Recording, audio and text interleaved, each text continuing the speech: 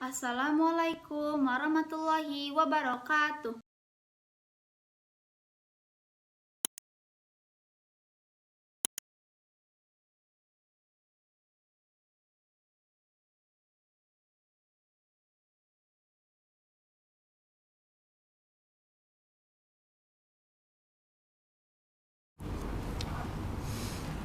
Mulai. Ya Rabbi bil Mustafa balligh maqasidana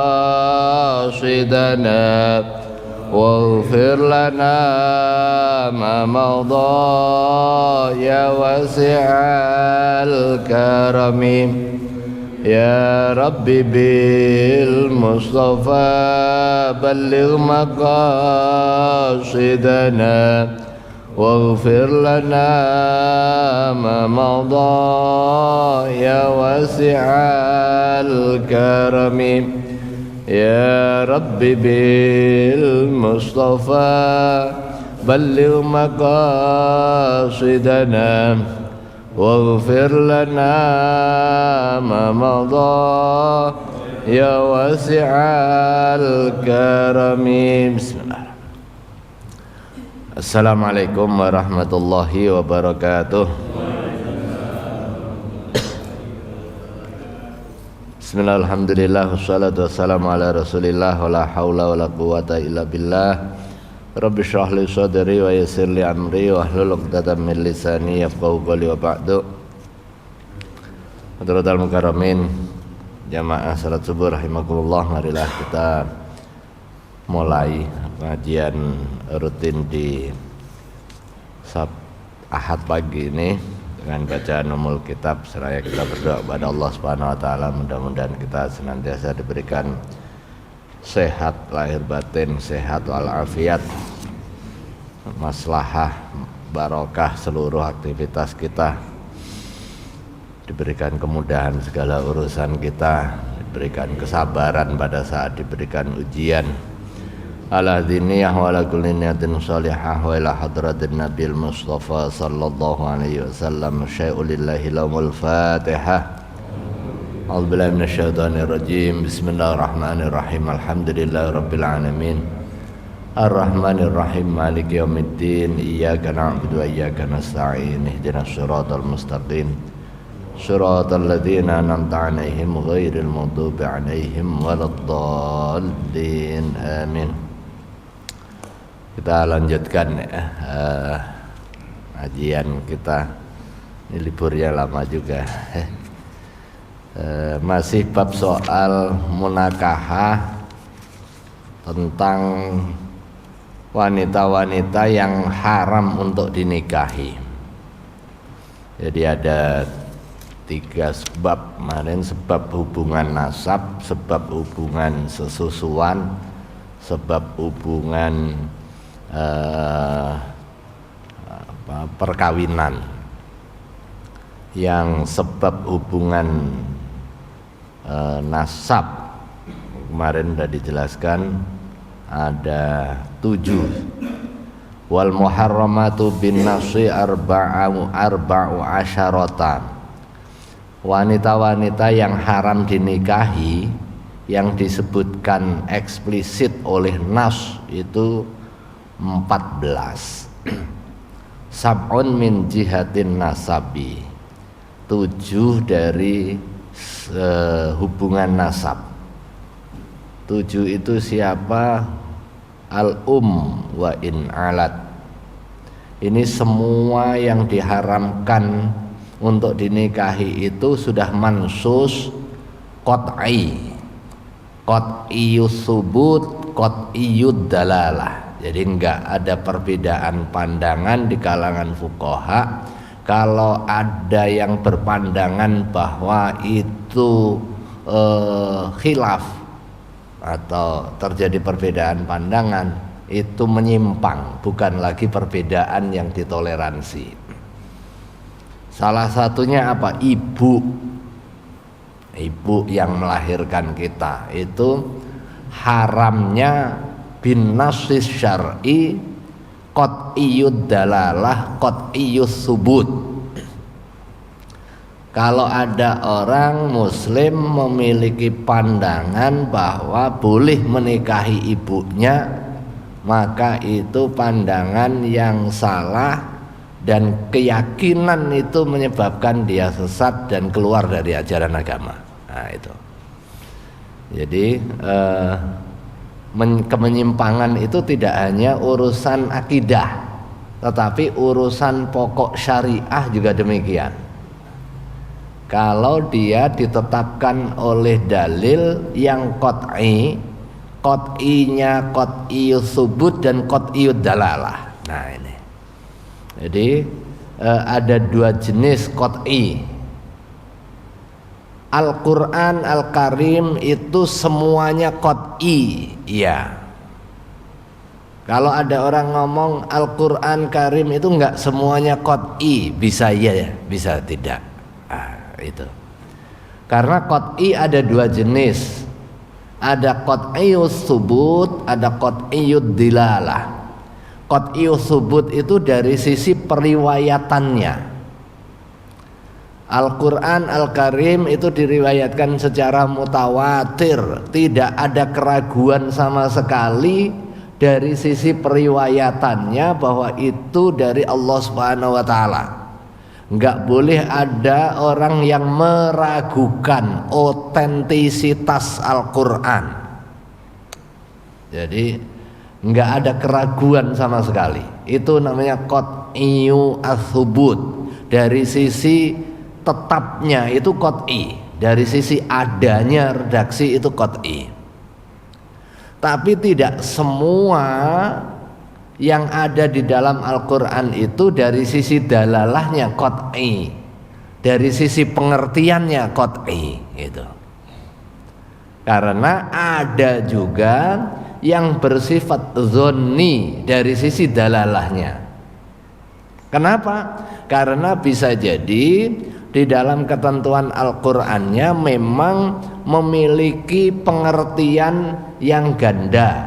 Bisa aja seperti ayat terkait dengan tolak, waktu iddahnya. Jadi wal mutallaqatu yatarabbasna bi anfusihinna thalathata quru. Perempuan-perempuan yang ditalak itu menunggu masa iddahnya berapa lama? Salasata quru, 3 quru. Nah, pengertian quru itu secara bahasa menurut bahasa Arab memiliki 2 pengertian. Pengertian suci dan pengertian haid. Nah, kalau merujuk pada ini berarti ada 2 makna yang dikandung. Salah satu di antara 2 makna. Kan nggak mungkin 3 suci dan haid. Nah, pasti salah satu. 3 kali haid apa 3 kali suci? Karena ada konsekuensi perbedaan masanya. Kalau 3 kali haid ya begitu, haid suci, haid suci, haid. Nah itu. Tapi kalau suci ya kalau haid suci, haid suci, haid suci. Nah, 3 kali suci atau 3 kali haid. Terus yang benar yang mana? Ya sudah, itu pandangan fiqhiyah. Dua-duanya dimungkinkan, tinggal cari penguatnya nanti. Dalil-dalil yang lain. Hadis berfungsi sebagai bayan terhadap Al-Quran. Ada hadis yang salah satu fungsinya memberikan penjelasan terhadap ayat-ayat Al-Quran. Atau bisa jadi ada umum, ada khusus. Ayat-ayat Al-Qurannya bersifat umum, ternyata praktek Nabi mengkhususkan. Nah, berarti yang khusus itu yang dijadikan acuan di dalam pemahaman dan juga prakteknya. Nah, itu ada qat'iyud dalalah, qat'iyus subut. An-nassu al-Qur'ani, nas Quran itu semuanya qat'i dari sisi subutnya, tetapi dari sisi dalalahnya ada kalanya qat'i, ada kalanya zonni. Siapa yang tahu? Ya ahlinya. Sementara kalau hadis ada yang qat'iyud dalalah, qat'iyus subut, ada yang zonniyud dalalah, zonniyus subut. Tidak semua hadis itu qat'i dari sisi subutnya. Ada enggak yang qat'i dari sisi subutnya? Ada. Ini hadis yang mutawatir. Kan ada hadis ahad, ada hadis mutawatir. Kalau hadis mutawatir dia dari sisi subutnya qat'i. Tapi tidak semua yang qat'i subut itu secara otomatis qat'i ad-dalalah. Nah, sementara kalau yang diharamkan untuk dinikahi yang disebutkan oleh Al-Qur'an itu bersifat qat'iyus subut dan qat'iyud dalalah atau qat'iyud dilalah. Udah jelas, nggak ada penafsiran lain. Misalnya itu hurrimat alaikum ummahatukum, diharamkan kepadamu ibu-ibu kalian. Nah, itu kan kalau yang punya ibu 2 atau 3, tapi kalau ibu 1 enggak juga.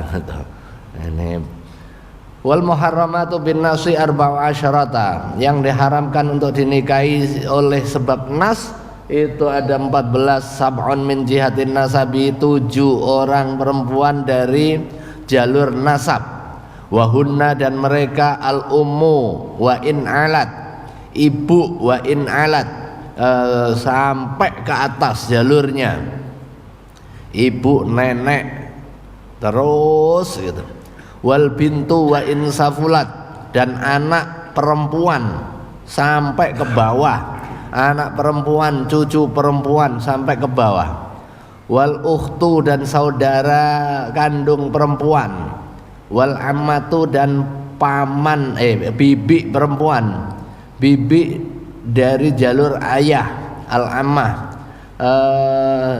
saudara perempuannya bapak. Wal khalah, dan saudara perempuannya ibu. Wa bintul akhi, dan ponakan, anak perempuannya saudara laki-laki dan saudara perempuan. Jadi anak perempuan kita punya ponakan itu muharramat minan nisa. Syafi'iyah nggak batalin juga wudu. I'lam anna asbabal hurmah al mu'abbadah, ketahuilah bahwa sebab pengharaman yang terus menerus abadi lin nikahi, karena nikah salasa ada 3, qarabah hubungan kekerabatan, waradha dan hubungan sesusuan, wa musaharah dan hubungan semenda, hubungan perkawinan. As-sababul awwalu, sebab yang pertama al-qarabatu, yaitu kekerabatan. Wa yahrumu biha, dan diharamkan sebab qarabah. Sab'un, ada 7, kama zakarahunna asy-syekh, sebagaimana tadi sudah disebutkan. Dan keharamannya ini keharaman yang abadi. Jadi enggak ada misalnya bapak ibu kita kemudian dia cerai, setelah itu enggak haram, enggak, tetap haram. Atau misalnya dia enggak diasuh ibunya, begitu lahir langsung pisah, tetap aja haram. Atau anak di luar nikah, tetap aja haram, karena hubungan kita enggak terputus dengan ibunya. Berbeda halnya hubungan dengan suami yang menyebabkan kelahiran, itu secara syar'i nggak ada hubungan, jadi nggak ada hubungannya. Hurrimat alaikum ummahatukum wa banatul ukhti fahaula'i muharramat bin nasi mereka itu diharamkan sebab nas. Wala tahrumu banatul a'mami. Nah, ini disebutkan wala tahrumu dan enggak diharamkan banatul a'mami, anaknya paman, anak perempuannya paman, wal ammati dan anak perempuannya bibi, wal akhwali dan paman dari ibu, wal khalati dan bibi dari ibu. Qarubna au ba'udna, mau dekat apa jauh itu tidak diharamkan. Mau paling dekat berarti misanan. Minduan apalagi berarti lebih jauh. Tapi kalau misanan saja itu tidak diharamkan.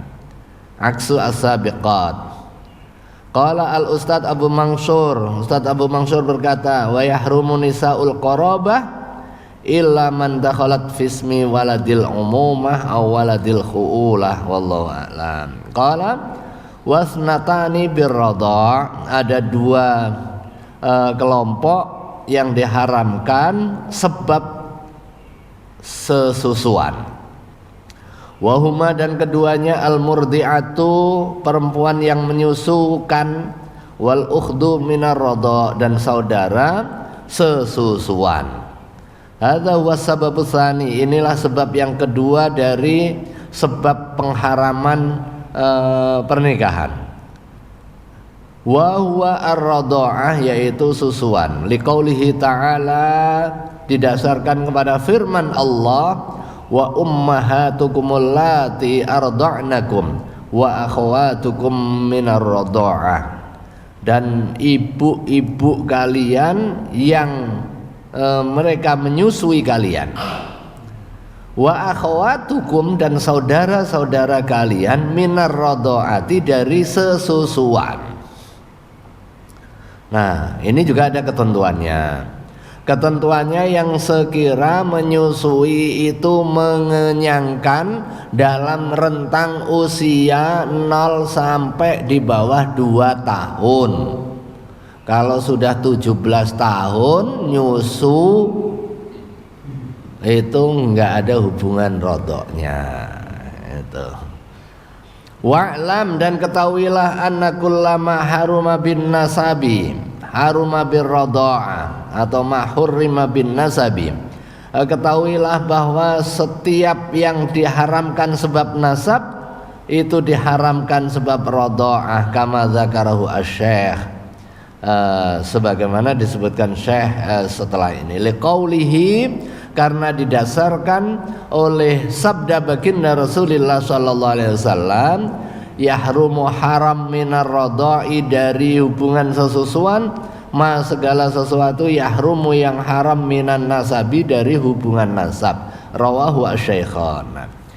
Ini juga menjelaskan bahwa nas Al-Qur'an bisa jadi dijelaskan secara lebih rinci oleh nas hadis.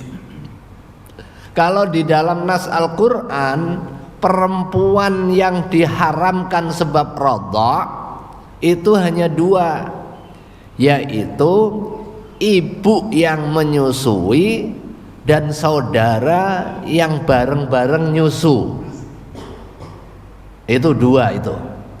Tapi hadisnya memberikan penjelasan, haram hubungan pernikahan dari hubungan sesusuan itu setiap orang yang memiliki hubungan seperti hubungan nasab.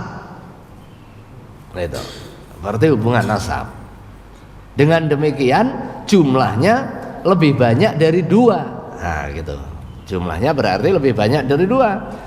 Itu dijelaskan lagi oleh hadis, dijelaskan oleh hadis. Jadi kalau ada orang punya pandangan bahwa wes pokoknya saya ngikut Al-Qur'an karena Quran itu qat'i, nggak ada perbedaan pandangan mengenai otentisitasnya. Sementara kalau hadis, ini ada hadis sahih, ada hadis dhaif, ini meragukan, ini hadisnya sahih apa dhaif. Udah kalau gitu saya pakai Al-Qur'an saja. Niatnya bisa baik, tetapi karena ilmunya kurang bisa tersesat dia.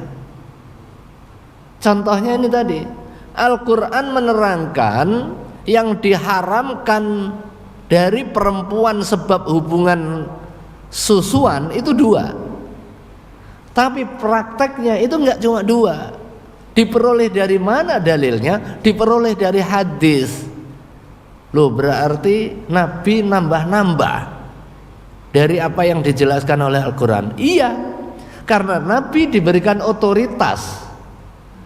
Karena Nabi itu kedudukannya juga syari'. Sumber hukum itu Al-Quran, hadis gitu. Kedudukan hadis itu bisa menguatkan apa yang ada di dalam Al-Quran, bisa memberikan penjelasan terhadap Al-Quran, bisa menetapkan hukum yang tidak ditetapkan oleh Al-Quran. Nah, itu istiqlalul hukmi. Jadi ada kalanya takkid, menguatkan, ada kalanya bayan, memberikan penjelasan, ada kalanya istiqlalul hukmi, menetapkan hukum yang tidak ditetapkan oleh Al-Quran.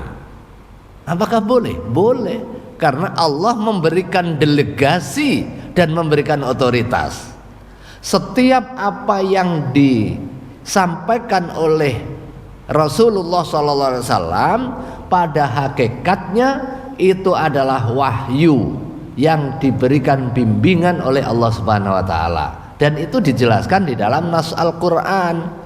In huwa illa wahyu yuha.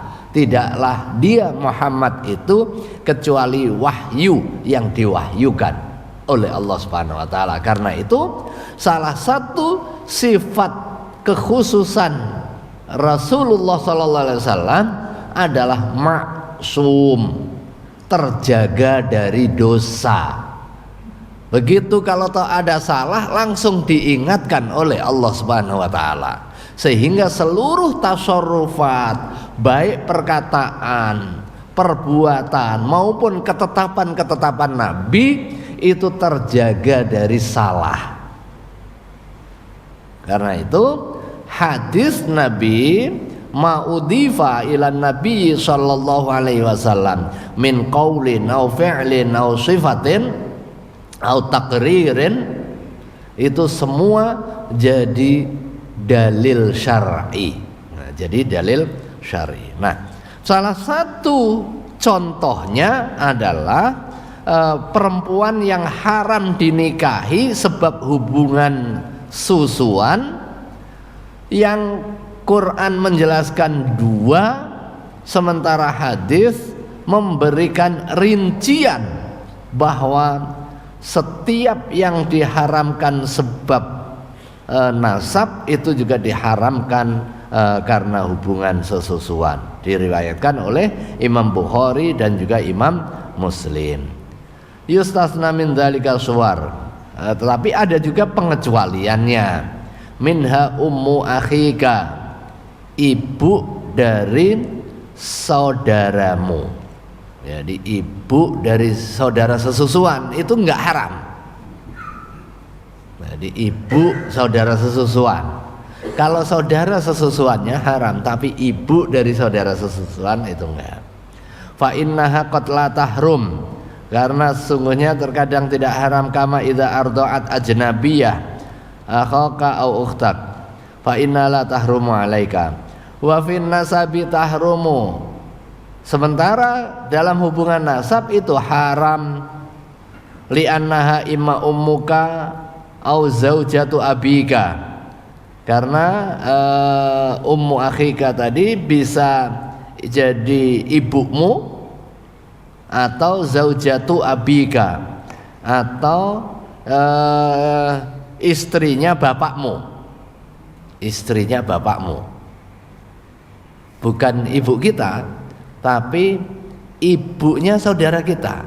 Jadi ibunya saudara kita itu bisa ibu kita, bisa bukan ibu kita, ya kan? Ibunya saudara kita itu tidak serta-merta ibu kita, kan? Kita punya saudara nih, saudara, tapi saudara itu beda ibu, kan gitu. Nah, jadi saudara sebapak jadinya, saudaranya saudara sebapak, tapi bisa beda ibu. Makanya tapi itu tetap haram juga gitu. Wa fin nasabi tahrumu li annaha, karena sesungguhnya yang perempuan tadi yang ummu akhik, imma ummuka, jadi ibunya saudaramu itu bisa jadi ibumu juga atau bukan, atau dia statusnya adalah zaujatu abika, istrinya ibumu, istrinya bapakmu. Nah, jadi ummu akhika, ibunya saudaramu, itu ada dua kemungkinan dia ibumu atau istrinya bapakmu. Nah, kalau ibumu ya istrinya bapakmu juga gitu. Tapi penyebutannya adalah ummuka. Nah, kalau ibu tiri itu zaujatul abi, nah, bahasa Arabnya. Wa minha ummu nafilatika, ay ummu waladi waladika, atau yang tadi dikecualikan ummu waladi waladika, ibunya anak dari anak laki-lakimu. Jadi ibunya cucumu. Nah, ini belok juga ini. Jadi ibunya cucumu. Jadi kamu punya cucu tapi beda, nanti beda ibu posisi. Wahiyya fin nasabi haram, kalau hubungan nasab itu haram, tapi kalau hubungan sesusuan enggak. Li'annaha imma bintuka, karena ummu waladi waladika, ibunya cucumu itu bisa jadi anakmu. Ya kan, ibunya cucumu itu bisa jadi anakmu, bisa jadi anak istrinya anak laki-lakimu. Ya, jadi ibunya cucumu itu ada dua kemungkinan. Kemungkinan yang pertama adalah anak perempuanmu. Kemungkinan yang kedua, mantu perempuanmu, zaujatu ibnika, istrinya anak laki-lakimu. Nah itu, kan ada dua kemungkinan, udah mulai cabang kalau ke bawah. Wa fir radha'i qad la takunu bintan walau zaujata ibnin bi an arda'at ajnabiyatan walada waladika. Wa minha jaddatu waladika. Nah, pengecualian yang lain adalah neneknya anakmu. Neneknya anakmu itu haram dalam hubungan nasab, li'annaha ummu ummika, karena bisa jadi itu adalah nenekmu, ibunya ibumu, atau ibunya suami istrimu. Ibunya istrimu berarti mertua, ya kan, mertua. Ibunya istri, ya, ibunya ummu ummika, ibu dari ibumu atau ibu istrimu. Wa fir radha' qad la takunu, sementara di sesusuan itu enggak. Kadza bi an arda'at ajnabiyatan waladika fa inna ummaha jaddatuhu. Ini urusan nasab ini memang penting sekalipun agak rumit, karena berkaitan dengan urusan ibadah, urusan waris, urusan keagamaan yang lain, urusan ibadah, urusan munakahah, urusan faraid, banyak. Karena itulah kemudian dalam urusan perkawinan itu aturan-aturannya banyak yang bersifat detil, rinci, dan dikualifikasi sebagai ibadah. sekalipun dalam konteks relasi dia relasinya adalah relasi muamalah. Kan hubungan perkawinan itu kan hubungan antara calon suami dengan calon istri serta keluarganya. Kalau ini kan urusannya muamalah nih. Tapi karena memiliki keterkaitan dengan masalah-masalah ibadah yang lain, maka ini diatur rinci dan juga ketentuannya ketentuan-ketentuan ibadah. Kalau ketentuan ibadah khusus itu al-aslu fil ibadah al-hurmah, hukum dasar ibadah itu haram sampai ada dalil rinci yang memberikan penjelasan. Sementara kalau muamalah, jual beli, kemudian urusan bertetangga, urusan bangun rumah, bangun masjid, itu urusan muamalah. Al-aslu fil muamalah al-ibahah. Hukum dasar hubungan muamalah itu boleh aja. Mau bikin kapal perang, mau bikin perahu, mau bikin jalan, mau bikin gelas seperti ini semua urusan muamalah, boleh semuanya, nggak usah nyari dalil. Nyari dalilnya adalah ada yang melarang apa enggak gitu. Nah, sementara kalau munakahah ini sekalipun urusannya hubungan sosial, tapi dia memiliki keterkaitan dengan urusan ibadah yang sangat rinci, maka berlaku ketentuan khusus al-aslu fil munakahah atau al-aslu fil abda' al-hurmah. Hukum dasar melakukan hubungan suami istri itu haram. Nah, makanya dalam Islam pernikahan itu diatur secara rinci. Bagian dari perlindungan terhadap keturunan, penjelas terkait dengan nasab yang memiliki keterkaitan nanti dengan urusan-urusan ibadah yang lain. Nah, ini soal nasab nanti akan diperoleh turunan hukum, boleh apa enggak untuk dinikahi. Kemudian yang berikutnya membatalkan atau enggak wudhunya. Nah, itu kan berpengaruh kepada aktivitas keabsahan berbagai jenis ibadah. Sholat kita bisa enggak sah dan sejenisnya. Nah, di sini pentingnya untuk telusur nasab ini. Tidak untuk dibangga-banggakan, tetapi untuk kepentingan ajaran agama. Karena itu kejelasan nasab itu dijaga di dalam Islam. Jadi dijaga, silsilah nasab itu dijaga. Jadi ini anak siapa, bin siapa, siapa saudaranya. Nanti akan ada akibat hukumnya terkait dengan tanggung jawab nafkah, terkait dengan pernikahan, terkait dengan sholat, terkait dengan waris, banyak sekali cabang-cabangnya.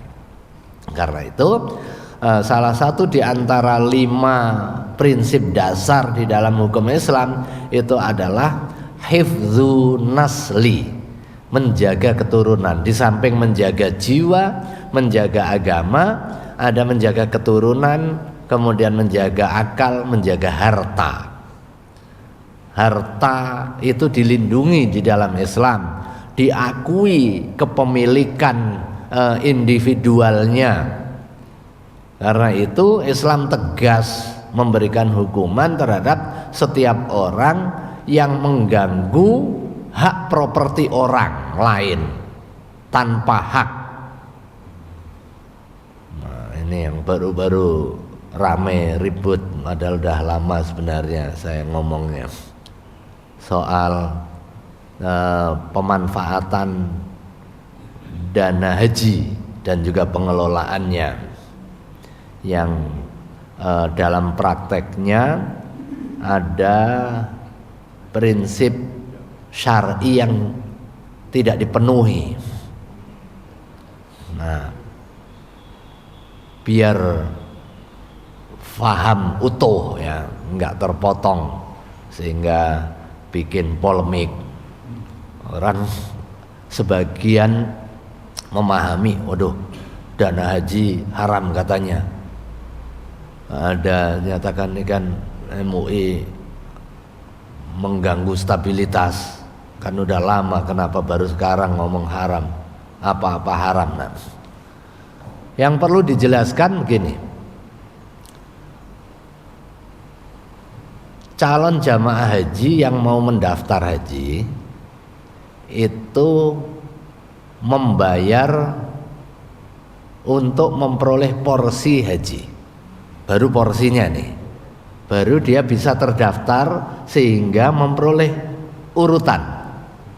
Itu porsi haji, bayar sejumlah 25 sekarang, 25 juta. Nah, begitu pada saat transaksi sehingga kita memperoleh porsi itu, uang 25 itu statusnya apa? Itu 25 juta itu statusnya apakah sudah akad mau berangkat atau belum? Begitu dilihat sudah ada harganya belum sih pada saat kita membayar haji? Belum ada harganya. Ya, belum ada harganya. Harganya itu baru nanti ditetapkan pada saat jelang keberangkatan kan. Oh, kalau itu jadi transaksi berarti belum ada harga. Kalau belum ada harga berarti kan nggak sah. Oh, kalau gitu berarti belum transaksi. Terus apa? Yaitu titipan, nitip. Nitip untuk dapat porsi. Nitip uang nih.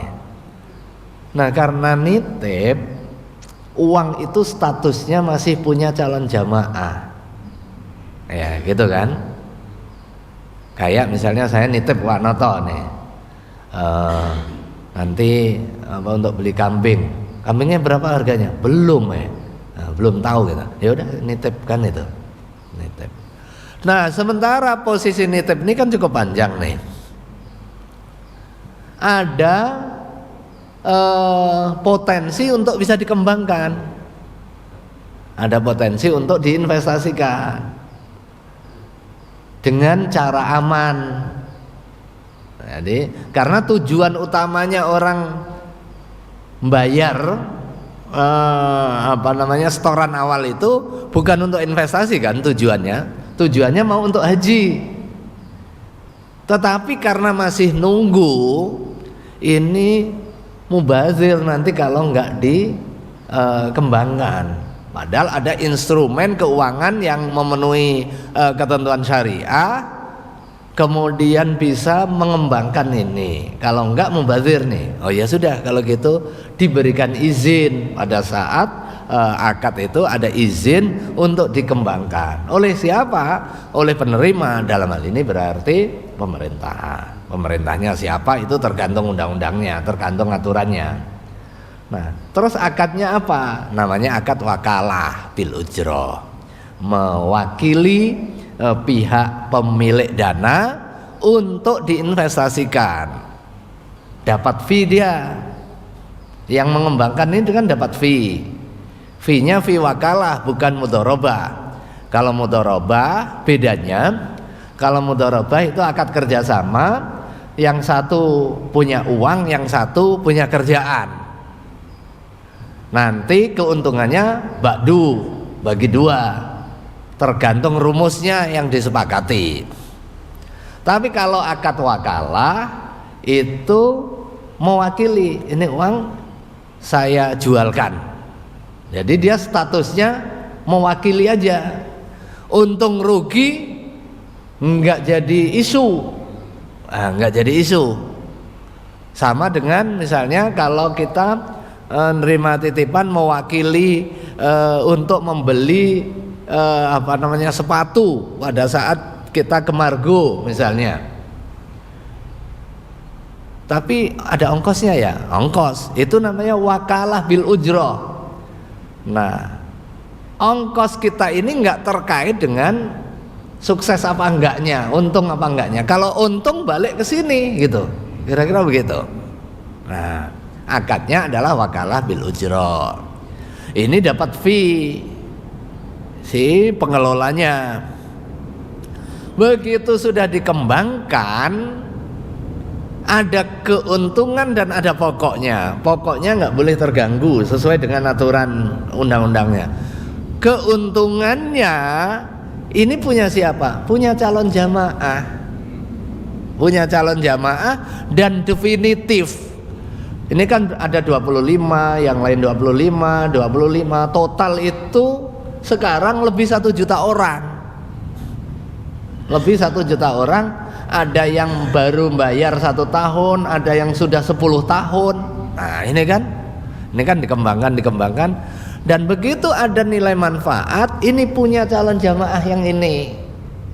By name, by address, udah ketahuan uangnya, bukan nggak ketahuan.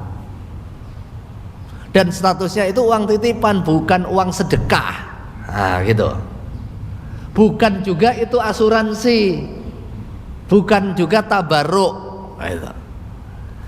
Begitu di sini untung dibalikin gitu kan.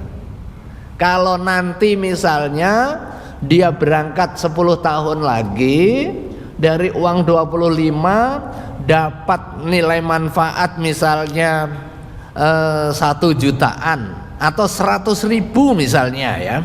100.000 kali 10 tahun berarti 100.000 10 sejuta. Ya sejuta lah gitu kan. Juta setahun gitu. Kalau 100.000 nggak apa-apa. Kalau 100.000 misalnya berarti kan sejuta selama 10 tahun. Ditambahkan pokok 26 juta. Begitu keputusan nanti biayanya berapa? 50 misalnya, ya nambah di sini. Itu nambah. Nah prakteknya nggak sepenuhnya seperti itu. Begitu dikembangkan ada keuntungan. Keuntungannya ini ada yang dibagi ke nasabah, nggak semuanya. Ada yang disimpan untuk mensubsidi. Nah ini bunyinya mensubsidi calon jamaah haji yang mau berangkat sekarang, yang biasanya tiap tahun berapa, kurang lebih 200.000 orang itu. Berarti pensubsidian ini menggunakan uang calon jamaah yang masih nunggu tadi. Nah itu yang dikoreksi. Jangan sampai nanti uang hasil pengembangan ini terus dimanfaatkan yang akhirnya ini nanti berkurang. Dan ini uang bukan sepenuhnya punya calon jamaah haji yang akan berangkat gitu. Terus gimana calon jamaah hajinya? Calon jamaah hajinya kan nggak tahu, gitu. Calon jamaah hajinya nggak tahu, ya nggak dosa dia. Tapi kalau orang ini tahu, tetap memanfaatkan, ya itu nggak boleh. Itu menggunakan uang orang lain untuk mensubsidi keberangkatan jamaah yang akan berangkat. Padahal yang sini punya hak dan nggak rela. Enggak persetujuan. Nah, enggak sepersetujuan. Nah, ini yang kita sampaikan. Karena itu perlu ada perbaikan tata kelola. Jangan sampai nanti menjadi masalah dalam proses berikutnya. Proses berikutnya karena di sini udah diambil, habis itu nilai manfaatnya. Tahun ini nilai manfaat itu mencapai kurang lebih 10 triliun.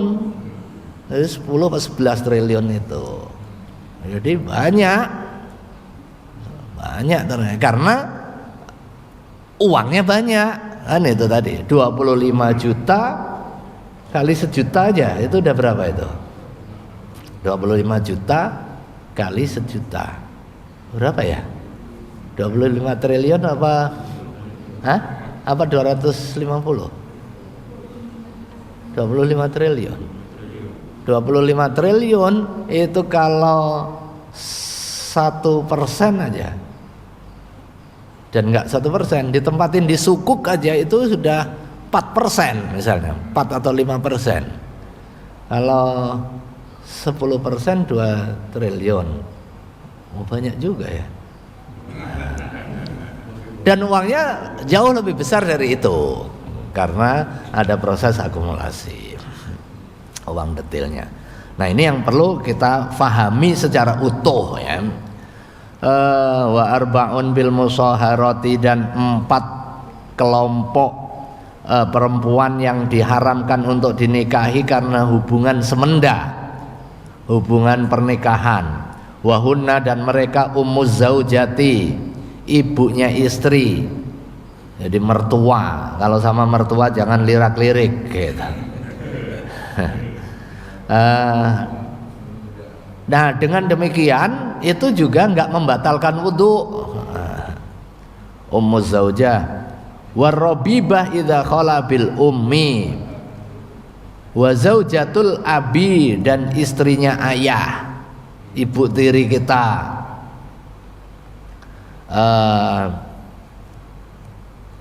Wa zaujatul ibni, istrinya anak, jadi menantu, sama hubungannya mertua dan menantu. Hadza wa sababus salis, inilah sebab yang ketiga, wa huwa al musaharah, yaitu hubungan semenda.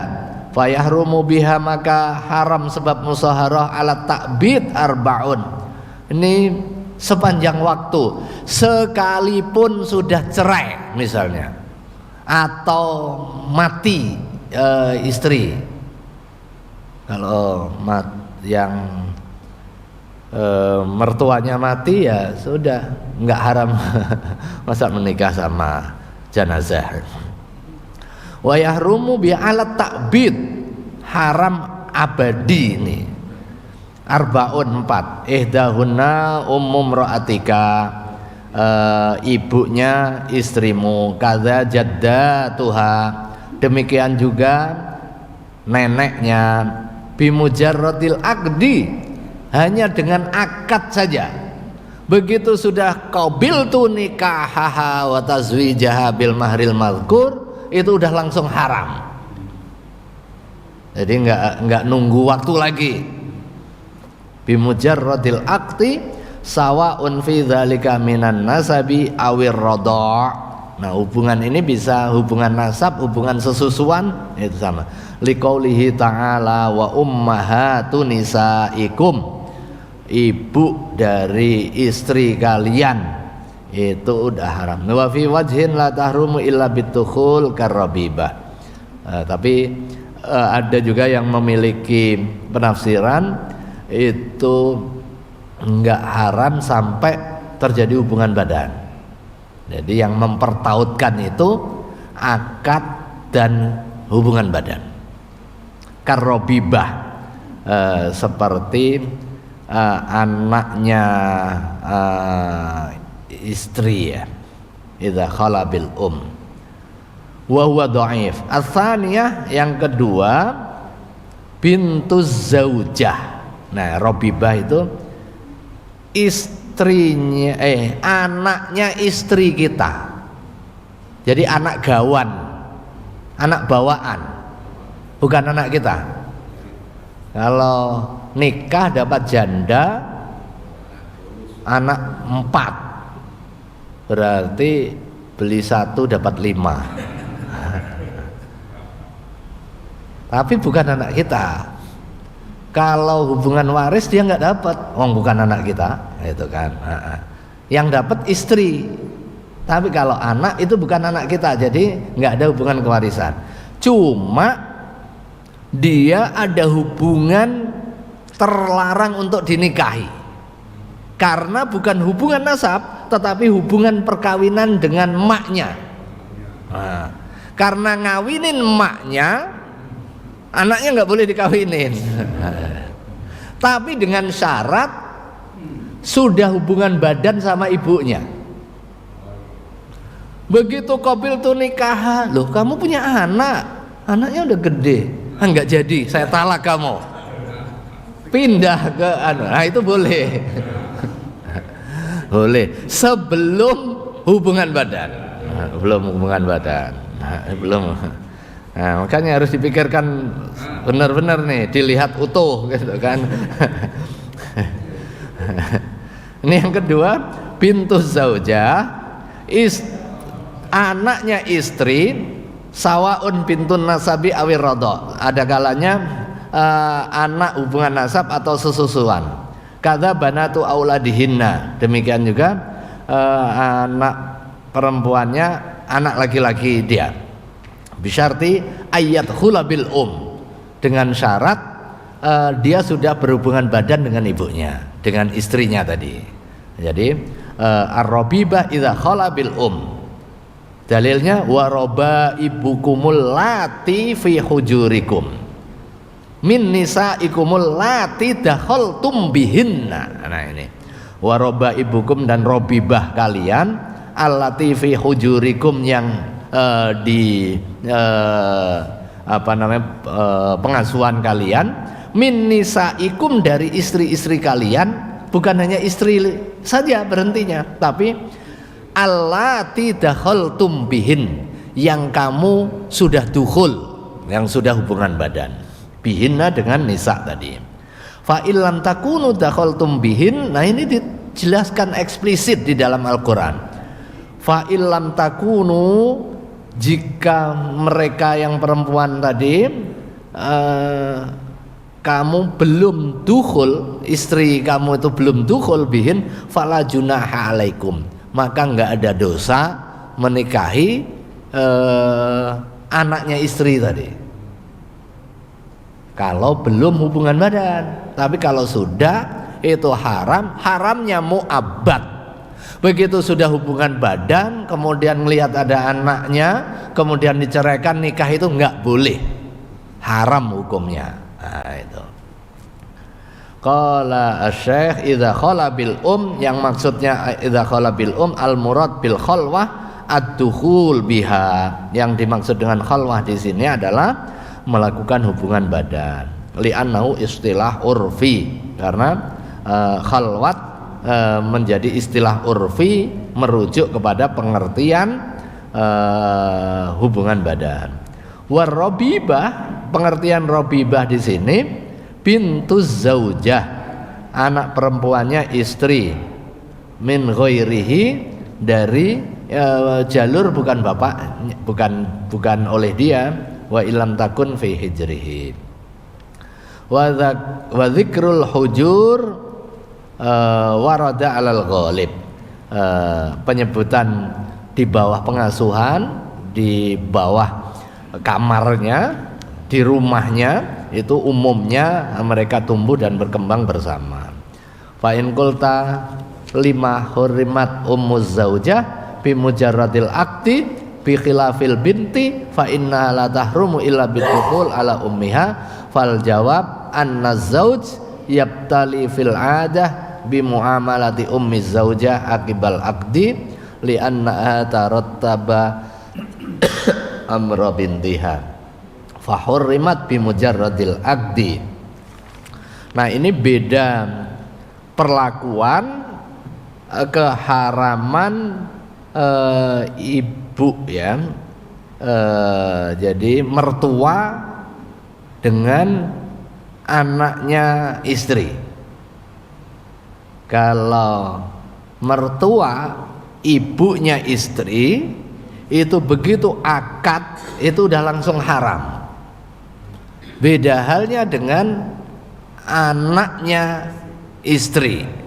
Kalau anaknya istri syaratnya adalah harus dukhul.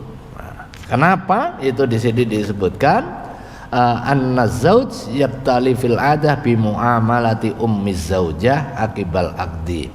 Begitu umumnya suami itu secara umum memiliki hubungan yang lebih dekat muamalahnya dengan ibunya istri akibal aqdi, setelah akad, li'annaha turattib amro bintiha, karena ini urusan dengan anak perempuannya. Fahurrimat bimujarradil aqdi, diharamkan sekedar karena akad, liyatamakkana minal khalwah biha lidzalika bi khilafil binti.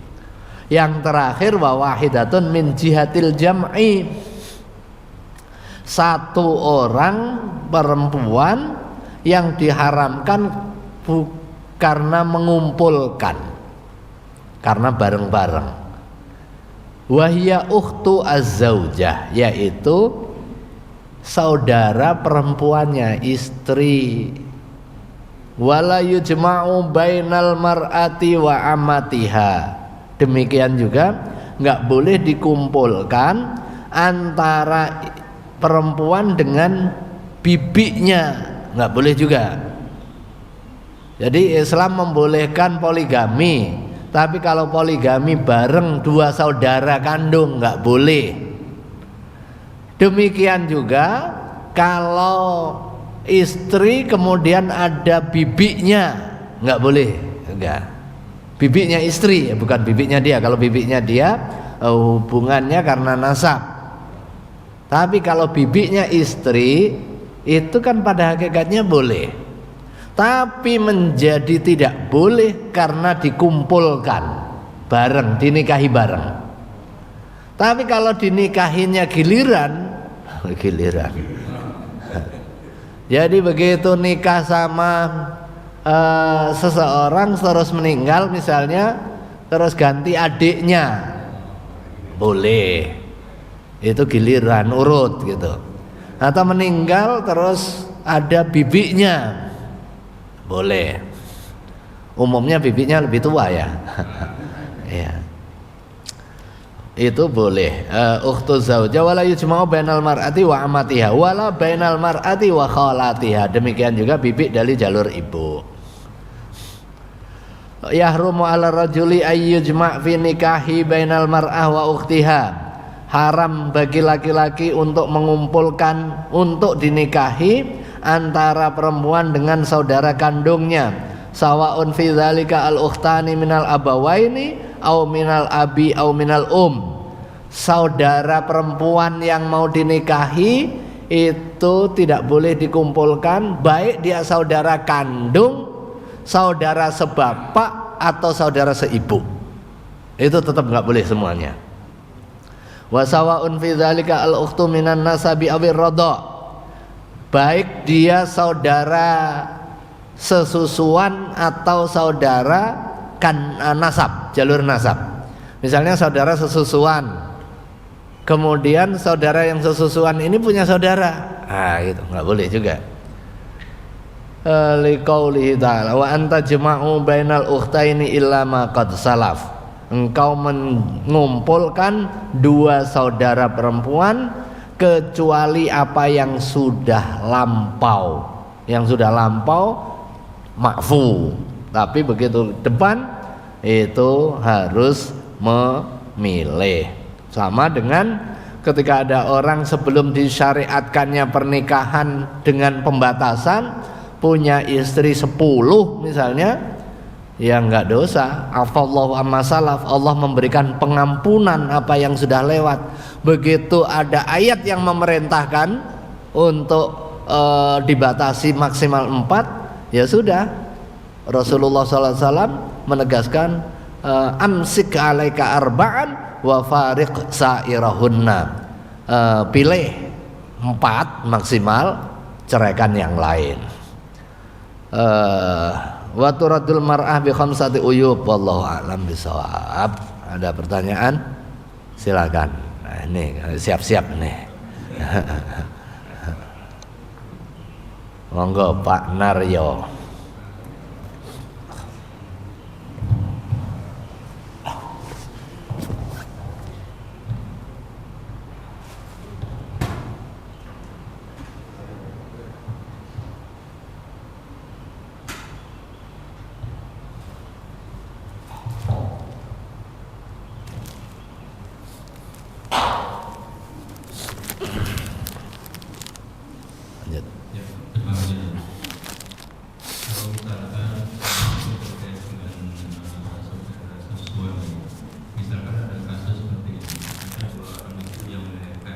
Apa?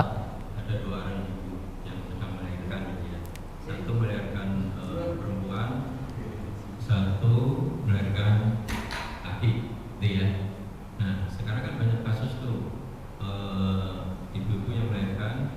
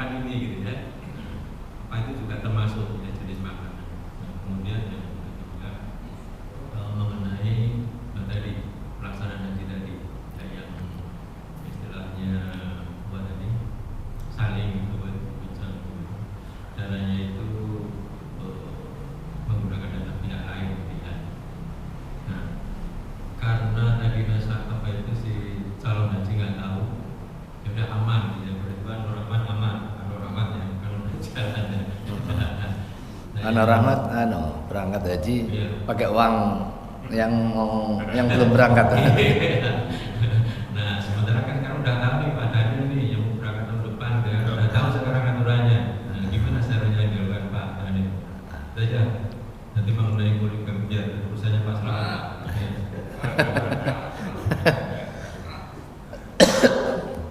Ya, yang pertama soal kriteria keharaman dalam hubungan susuan. Jadi kalau ada anak kemudian yang satu ada masalah susuannya, kemudian disusuin orang yang memiliki kelebihan ASI, atau enggak mesti harus kelebihan, ada ASI kemudian diperah tidak dalam posisi langsung. Ada beberapa ketentuan di dalam keharaman perempuan karena hubungan sesusuan. Yang pertama tadi itu dari sisi masa atau waktu, dari 0 sampai 2 tahun. Kemudian yang kedua dari sisi volume, banyaknya itu berapa, seteguk, 2 teguk, atau setiap waktu. Itu ketentuannya adalah yang sekira mengenyangkan. Jadi mengenyangkan sekalipun sekali, tapi secara adat itu dinilai bagian dari asupan gizi buat si janin, sekalipun 3 kali. Kemudian di dalam ketentuan fikih itu dirinci bagaimana indikasi mengenyangkan itu. Ada kalanya 3 teguk, jadi 3 masot, 3 sedotan, nyedot sebuting. Nah, terus cara. Jadi tadi itu masa, kemudian volume sama cara. Caranya gimana? Apakah langsung bisadyi, langsung ke puting, atau termasuk juga dengan cara lain? Yang penting dari sini itu bagian dari khilafiyah. Tetapi untuk kepentingan kehati-hatian, itu begitu sudah memberikan donor dicatat secara rinci. Kuncinya 2 sebenarnya, memberikan asupan gizi, kemudian terkait dengan waktu. Nah, karena ini nanti akan ada hubungan, kan itu, hubungan asyafaqah, hubungan kerahiman apa? Ya hubungan, jadinya hubungan darah, karena kan susu itu berkaitan juga dengan darah, gitu kan, berkaitan dengan nasab nanti pada hakikatnya. Rodok, susuan yang diberikan. Beda halnya kalau pengasuhan saja tanpa menyusui. Nah, dia orangnya baik tiap hari di situ tapi ngasuh saja. Ini enggak terikat sama sekali karena tidak terkait dengan fisik kita. Mana lebih baik? Lebih baik memang menyusui dari orang daripada disusui sapi. Cuma memang harus ada kehati-hatian di dalam tracking riwayatnya. Terus ada masalah lagi yang membutuhkan jawaban fikih. Kalau orang donor ASI terus setelah itu dicampur, nih pendonornya banyak nih, pendonornya banyak, ini mungkin setengah gelas gitu. Terus dicampur. Nah, ini yang kita berikan saran untuk kehati-hatian.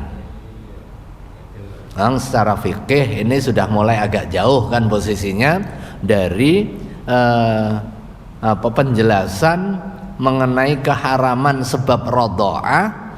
Itu salah satu manfaatnya adalah untuk menjaga hananah, hubungan antara ibu yang menyusui dengan anak yang disusukan, memiliki linkage secara emosional karena ada pertautan hubungan.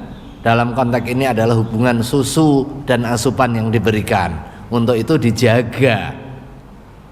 Nah, kalau sudah bercampur seperti itu, prakteknya kalau tercampur mungkin ya, tapi kalau sistematis dicampur ini harus dicegah. Makanya kita pada saat menetapkan fatwa mengenai donor ASI itu harus disertai dengan prinsip kehati-hatian, menjaga riwayat dari siapa untuk siapa.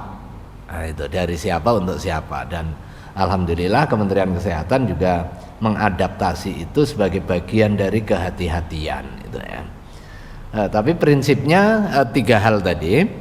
Yang pertama adalah masa di bawah 2 tahun, kemudian yang kedua adalah volume, ini kualitatif ya, batasnya adalah mengenyangkan, kemudian caranya yang pasti haram itu dengan imtisos, dengan cara nyedot langsung dari galonnya. Gimana kalau dilepaskan dari galon? Ini adalah masalah yang baru, yang mukhtalafin. Tetapi untuk kepentingan kehati-hatian, sebaiknya kita catat dan tracing riwayat dari siapa untuk siapanya. Wallahu a'lam. Terus yang kedua tadi soal sunnah Nabi. Ya, ada 2 jenis sunnah nih. Terkait dengan apa yang dicontohkan oleh baginda Rasulullah Sallallahu Alaihi Wasallam.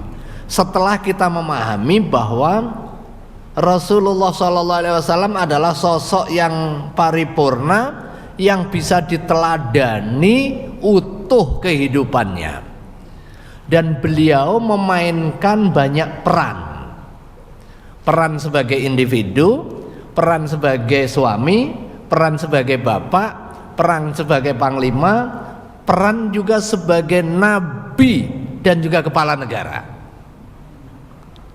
Nah, kalau yang terkait dengan hukum syar'i itu terkait dengan perannya sebagai nabi. Tapi kalau keteladanan ya semua diteladani kira-kira. Tapi kalau yang terkait dengan hukum syar'i itu adalah posisi yang terkait dengan nabi. Nah, makanya dari situ kemudian muncul pembagian sunnah atau hadis. Ada sunnah tasyri'iyah, sunnah ghairu tasyri'iyah. Sunnah yang terkait dengan pensyariatan, sunnah yang enggak terkait dengan pensyariatan. Misalnya aktivitas beliau bercocok tanam, kemudian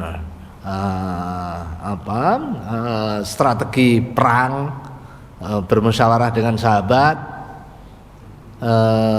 kemudian manggil, dikoreksi sama sahabat, akhirnya beliau jawab, antum a'lamu bi umuri dunyakum. Kamu bisa jadi lebih bagus urusan dunia. Ya sudah, saya ngikut kalau memang pertimbangannya seperti itu. Itu. Ada kalanya hal yang bersifat pribadi. Bagaimana cara jalan, bagaimana tampilan, bagaimana baju, bagaimana tidur. Meneladaninya ya pasti bagus gitu kan. Karena beliau adalah sosok teladan, uswah hasanah. Tapi bisa jadi nggak terkait dengan kewajiban. Ya, misalnya tidurnya Nabi miring ke kanan, ala jambihil aiman, itu sunnah. Iya sunnah. Sunnah dalam pengertian aktivitas baginda Rasulullah SAW. Kalau kita meneladani itu baik, pasti di situ ada hikmahnya. Tapi bukan berarti orang tidur yang miring kiri, yang terlentang, yang duduk itu nggak dibolehkan. Begitu disebut kamu nggak sesuai sunnah. Nggak sesuai sunnah dalam pengertian nggak seperti baginda Rasulullah, tapi nggak serta merta disebutkan nggak sesuai dengan sunnah itu terlarang. Kira-kira begitu. dalam konteks sunnah ghairu tasyri'iyah. Tapi kalau sunnah terkait dengan tasyri', begitu dinyatakan kamu nggak sesuai sunnah, itu berarti salah. Gitu. Jadi yang perlu kita pahami situ. Jangan saya ngomong ini dipotong misalnya nggak sesuai sunnah itu boleh. Sama dengan tidur tadi, sunnahnya Nabi tidur ala jambihil aiman, lambung yang kanan, dan terbukti secara kedokteran kan, secara kedokteran itu memang lebih enak posisinya, jantung nggak tertekan. Kalau kiri posisinya tertekan biasanya lebih ampek, apalagi tidur tengkurap. Tapi kondisi tertentu disarankan untuk tidur tengkurap. Karena untuk terapi, untuk apa yang biasa ngorok, tidur terlentang itu dan sejenisnya. Nah itu sunnah tetap dianjurkan ngikutin itu, tetapi bukan berarti kemudian nggak mengikutinya itu kemudian dosa. Yukhalifu as-sunnah, menentang atau menyelisih sunnah, itu menjadi dosa. Enggak serta-merta, karena ada tadi sunnah ghairu tasyri'iyah dan sunnah tasyri'iyah. Tapi kalau ngikutin tata cara sholat kemudian enggak sesuai sunnahnya Nabi, dosa, bisa jadi enggak sah sholatnya. Itu kayak tadi itu cara jalan, kemudian apa lagi itu pakaiannya putih. Rasulullah SAW lebih senang pakai bayat, pakai putih. Kemudian apa lagi? Jenis kayak tadi itu makanan, mengawali dengan kurma, sunnah. Tapi bukan berarti kemudian nggak pakai kurma nggak sah. Ya, terus apa lagi? Makannya pakai jari. Nah, itu sunnah yang terkait dengan ghairu tasyri'iyah gitu loh anunya. Itu cara Nabi memang. Kalau kita mengikutinya boleh, ya boleh. Karena Nabi seluruh aktivitasnya itu bisa menjadi prototipe kita. Tapi ya tentu ada hal-hal yang bersifat dinamis.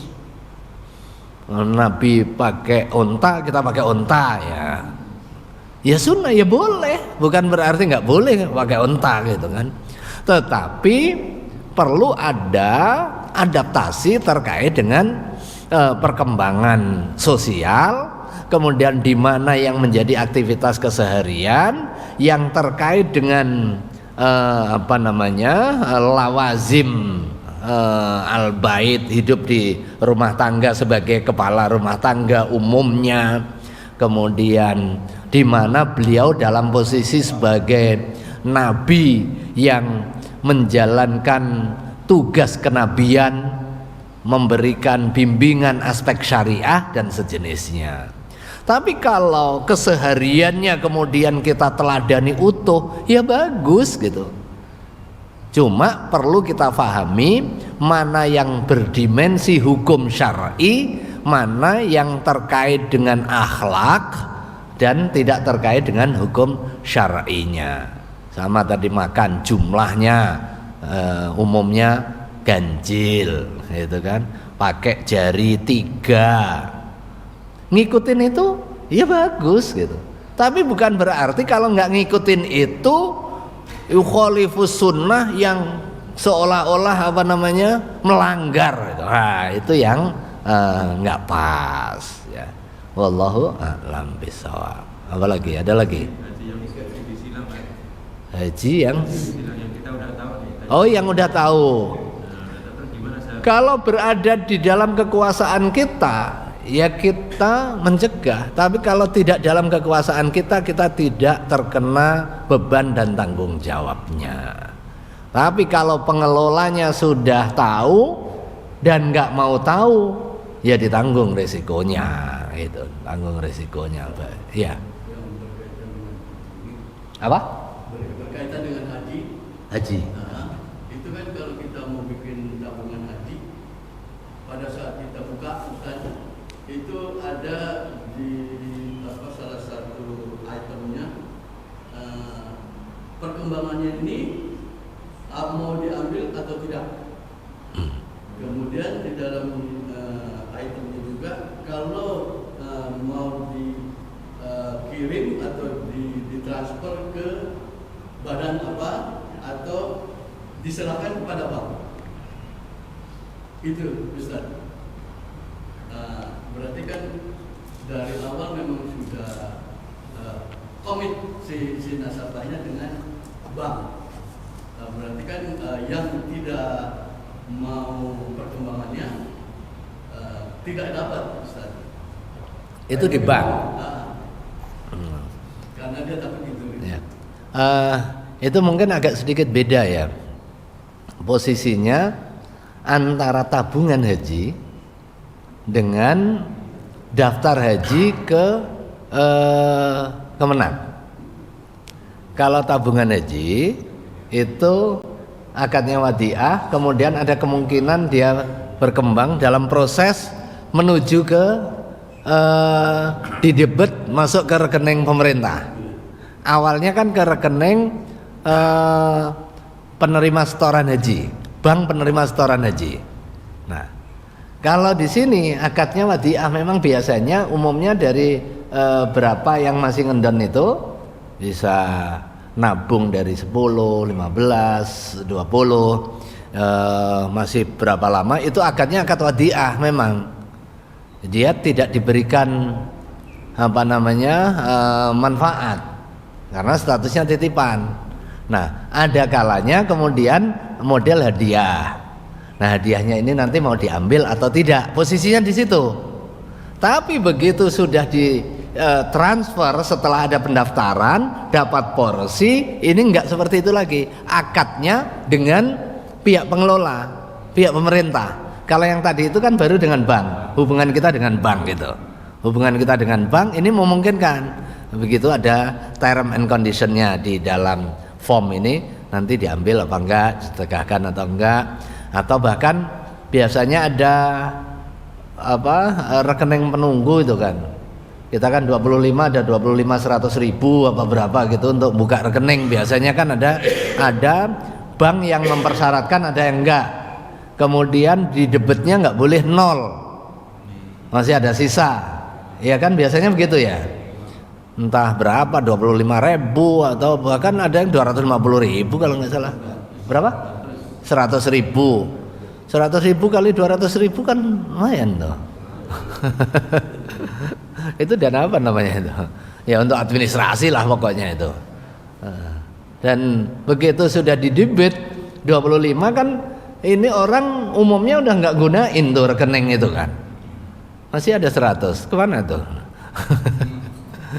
Itu biasanya itu untuk administrasi atau apalah itu habis tuh. Itu nggak pernah dikejar itu ya. Ada sekarang. Apa? Sekarang ada. Ada. Sebelum saya pensiun, mereka yang tabungannya masih ada, disuratin sama bank. Oh disuratin ya. Oh. Yang kena surat saya nggak tahu, tapi memang ada beberapa pada saat saya sebagai orang asasi bayar pun saya pernah ada orang yang memang diambil kelebihannya disuratin dan ada ya. Memang ada permintaan dari pusat agar cabang mensurati saldo-saldo yang masih saldo. Cuma cabang yang melakukan ada yang ini ada yang itu dalam istilah banknya apa namanya itu? Dana apa? Dana nggak bertuan yang nggak apa? Ya. Itu kan pada hakikatnya kan ada uangnya gitu kan. Cuma kalau diambil dikirim ya sebenarnya bisa kan langsung aja dikirim. Itu. Tapi memang itu jadinya memang itu banyak dana nggak bertuan apa istilahnya itu jadi haknya mereka, atau kalau enggak dengan batas waktu tertentu itu jadi ditempatkan dana sosial, nggak boleh diakui jadi pendapatan bank itu. Ini kalau dikumpulkan itu banyak itu jadinya.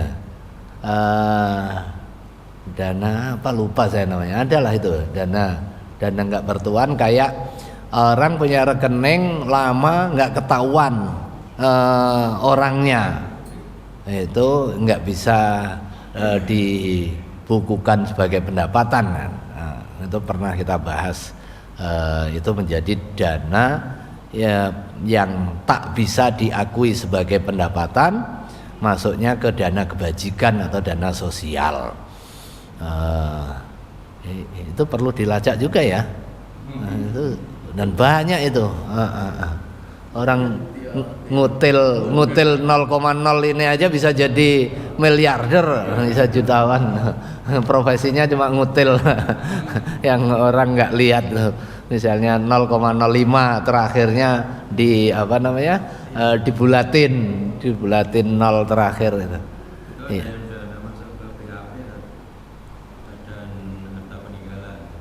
Badan, oh ya, badan harta peninggalan. Masuk 25 tahun.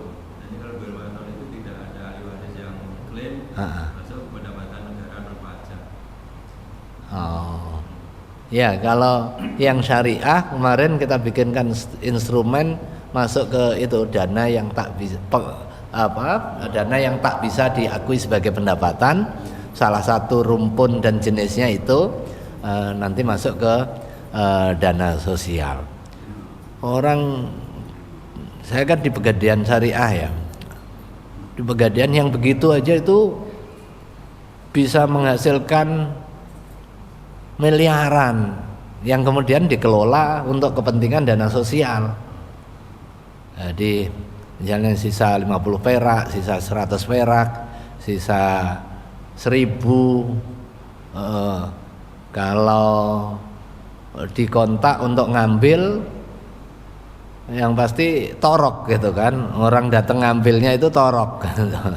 Ya udah, akhirnya diinfokan itu masuk ke dana sosial. Begitu masuk dana sosial dikumpulkan ya jadi miliaran itu.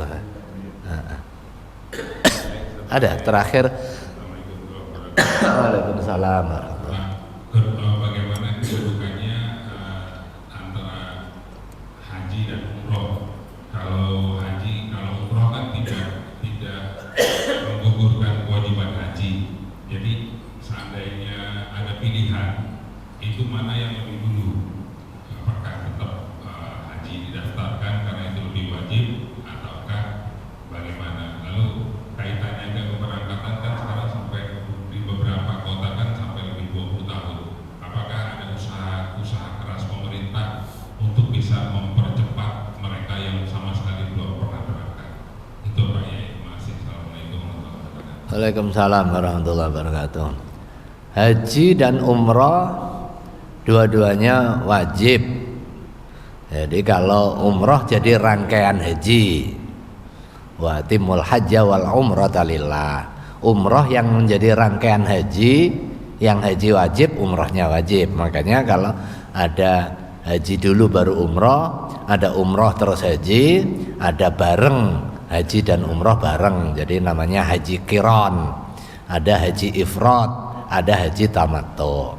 Tapi kalau umroh terpisah itu hukumnya sunnah. Belum haji boleh nggak umroh? Ya boleh aja, karena ini sesuatu yang terpisah aktivitas ibadahnya. Belum sholat wajib, sholat sunnah boleh nggak? Ya boleh aja. Kalau ada kesempatan umroh, kita umroh dulu, sementara hajinya masih antri, boleh? Ya boleh, gitu kan. Tapi kalau ada uang terbatas, ya yang wajib dulu. Sama dengan kalau waktu terbatas, begitu sholat jamaah sudah didirikan, ya nggak usah maksain sholat sunnah. Nah, itu kan analoginya begitu. Tapi kalau ada uang terbatas, sementara daftar hajinya lama, terus umroh dulu dah. Padahal dia bisa berangkat haji itu kalau menggunakan uang itu dan dengan daftar, ya daftar. Wong yang daftar aja masih antri, apalagi nggak daftar. Ya, kira-kira begitu anunya posisi. Cuma kalau dengan ekspektasi kita ini masih antri, kita daftar nih. Udah 25 ambil porsi antrian. Ini masih lama. Nanti tambahan masih belum jelas. Saya umroh boleh nggak? Boleh. Jadi umroh untuk kepentingan menjalankan hal yang sunnah. Kemudian untuk ikhtiar memotong atau setidaknya memperpendek. Ya pasti semua ingin seluruh umat Islam yang memiliki kewajiban haji terfasilitasi, bisa melaksanakan sebaik dan juga secepat mungkin. Salah satu ikhtiarnya apa? Ya minta tambahan kuota. Tapi tambahan kuota harus dibarengi juga tambahan fasilitas. Jangan sampai tambahan kuota minus fasilitas akhirnya menjadi masalah dari sisi penyelenggaraannya. Kemudian ikhtiar lagi yang lain apa? Memberikan pembatasan-pembatasan bagi jamaah haji yang sudah haji. Nah, sekarang kan ada pembatasan tuh. Begitu sudah berangkat, nggak boleh lagi daftar sampai berapa itu? 5-10 tahun tuh. Yang reguler nih. Itu nggak boleh lagi berangkat kecuali yang fast track lagi. Lewat jalur furoda bayarnya bisa 600 juta, 700, 800 itu. Ya, ini jalur yang khusus ya udah jalur khusus ya fast track. Memang ada orang khusus ya perlu juga dibikinin jalur khusus lah kan namanya juga orang khusus itu. Tapi ikhtiar untuk mempercepat antrian, memberikan fasilitas bagi orang yang kewajibannya mendesak. Yang mendesak apa? Orang yang lansia. Ini potensi matinya lebih besar. Ya sekalipun nggak ada syaratnya tua kan, tetapi umumnya yang sudah sepuh-sepuh ini kalau antri lama kemungkinan meninggalnya lebih tinggi ya. Maka diberikan fasilitas lebih. Nah, itu kan salah satu ikhtiar ya. Salah satu ikhtiar ada afirmasi terhadap calon jamaah haji yang usianya sudah sepuh.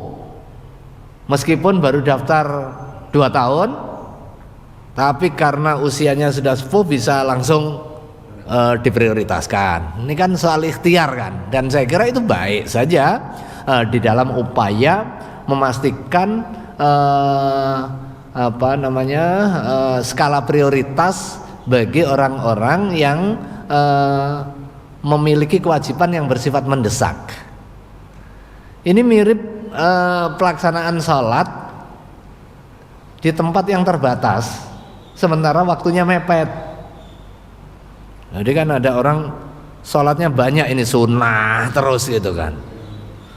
Dia bisa dilarang untuk melakukan sholat sunnah untuk memberikan kesempatan orang menunaikan kewajibannya. Nah, itu. Kan ada ini orang yang khusyuk banget sholat di rest area lama, wiridnya lama, sementara antri yang mau sholat tuh banyak. Ini ya bagus tapi nggak muqtadul hal. Jadi nggak ngerti sikon, kira-kira begitu. Dan itu bisa aja ditarik pergi di luar. Padahal kalau sholat sunnah itu bisa aja di mobil duduk. Kita pengen misalnya ba'diyah maghrib misalnya, sementara antri ya sudah sholat wajib maghribnya ya secukupnya. Dan kalau perlu dipercepat bacanya kulhu aile gitu kan, udah kulhu setelah itu salam, nggak pakai wirid langsung pergi, memberi kesempatan. Apalagi sudah mau isya ini antrian panjang. Nah kita bisa wirid kemudian sholat sunnah mau sambil berdiri, sambil jalan, sambil di mobil. Nah itu diperkenankan. Nah, itu kan penting. Nah melakukan aktivitas ibadah yang menyebabkan menghalangi kewajiban orang, bisa dosa dia. Sama dengan haji. Maka itu ada yang ekstrim, sekalipun secara fikih mungkin benar, ada yang ekstrim seperti yang terkenal nih almarhum Kiai Ali Mustafa Yaakob. Ini orang yang tiap tahun haji ini pengabdi setan. sampai keras begitu. Karena apa? Karena dengan dia berangkat terus menghalangi orang yang punya kewajiban. Kan kuotanya misalnya tetap 200.000, sementara orang yang sudah haji aja lagi gitu kan. Sementara yang uangnya terbatas kan dia antri nih, enggak kedorong terus. Nah berarti kan menghalangi orang yang punya kewajiban untuk menunaikan kewajibannya, nggak bisa melakukan kewajiban karena didorong orang yang pada hakikatnya dia sudah nggak wajib lagi, ya. Itu salah satu ikhtiarnya ya. Kecuali petugas misalnya kan ada mungkin ya tiap tahun berangkat, tetapi dia bagian dari fungsi penugasan, fungsi pembimbingan. Jadi kalau kayak saya misalnya diajak ya jangan dikomentari, kan kemarin ngomong haji. Iya, tahun ini saya dapat visa untuk berangkat, tapi karena ada pertimbangan tertentu ya jadi nggak berangkat. Wallahu alam. Ada lagi cukup ya? Waduh, Mas Slamet ya.